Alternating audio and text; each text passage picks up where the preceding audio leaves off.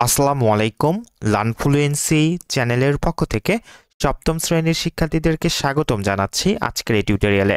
আজকে আমরা আলোচনা করব তোমাদের বাংলাদেশ ও বিশ্ব পরিচয় বইয়ের তৃতীয় অধ্যায়ের পার্ট 1 এবং পার্ট 2 এ যে কাজ দুটি রয়েছে। দেখো, পার্ট 1 এ মূলত এখানে একটি কাজ দেওয়া রয়েছে, একই সাথে পার্ট 2 এও কিন্তু আরেকটি কাজ দেওয়া রয়েছে। এটি মূলত 30 পৃষ্ঠায় তোমাদেরকে দুটি কাজ দেওয়া হয়েছে। তো চলো আমরা কাজ দুটির উত্তর একটু দেখে নেই।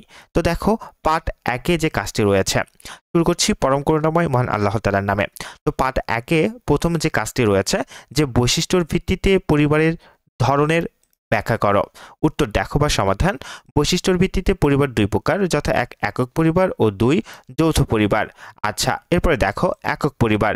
একক পরিবার গঠিত হয় স্বামী, স্ত্রী ও অবিবাহিত সন্তান নিয়ে।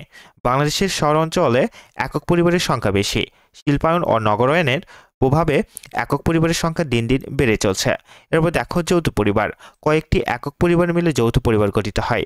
যৌথ পরিবারে মা বাবা, ভাই বোন, চাচা চাচি, দাদা দাদি সবাই মিলেমিশে বসবাস করে। সাধারণত বাংলাদেশের গ্রাম অঞ্চলে যৌথ পরিবার দেখা যায়। এরপর দেখো পার্ট 2, অর্থাৎ বাংলাদেশে গ্রাম ও শহরের পরিবার। এখানে যে কাজটি রয়েছে, কাজ 2 বা কাজ 1, এখানে পার্ট 2 এর প্রথম কাজ আর কি।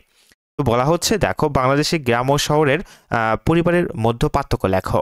উত্তর, বাংলাদেশের গ্রামীণ ও শহুরে সমাজে বিভিন্ন ধরনের পরিবার দেখা যায়।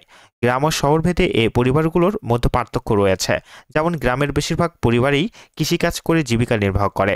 গ্রামের এসব পরিবারের অধিকাংশ যৌথ পরিবার। অপরদিকে সীমিত আয় এবং বাসস্থান সমস্যার কারণে শহরে অধিকাংশ পরিবারই একক পরিবার। তো এই ছিল তোমাদের জন্য আজকের এই আলোচনাটি। ভিডিওটি ভালো লেগে থাকলে লাইক দিবে এবং অবশ্যই লার্নফ্লুয়েন্সি চ্যানেলটিকে সাবস্ক্রাইব করবে। এই অনুশীলনের, অর্থাৎ এই অধ্যায়ের অনুশীলনের সমাধানও কিন্তু আমরা ইতিমধ্যে দিয়েছি। সেটির লিঙ্ক আমি ডিসক্রিপশনে দিয়ে দেবো, তোমরা চাইলে সেখান থেকে দেখে নিতে পারো। ভালো থেকো, সুস্থ থেকো। আসসালামু আলাইকুম।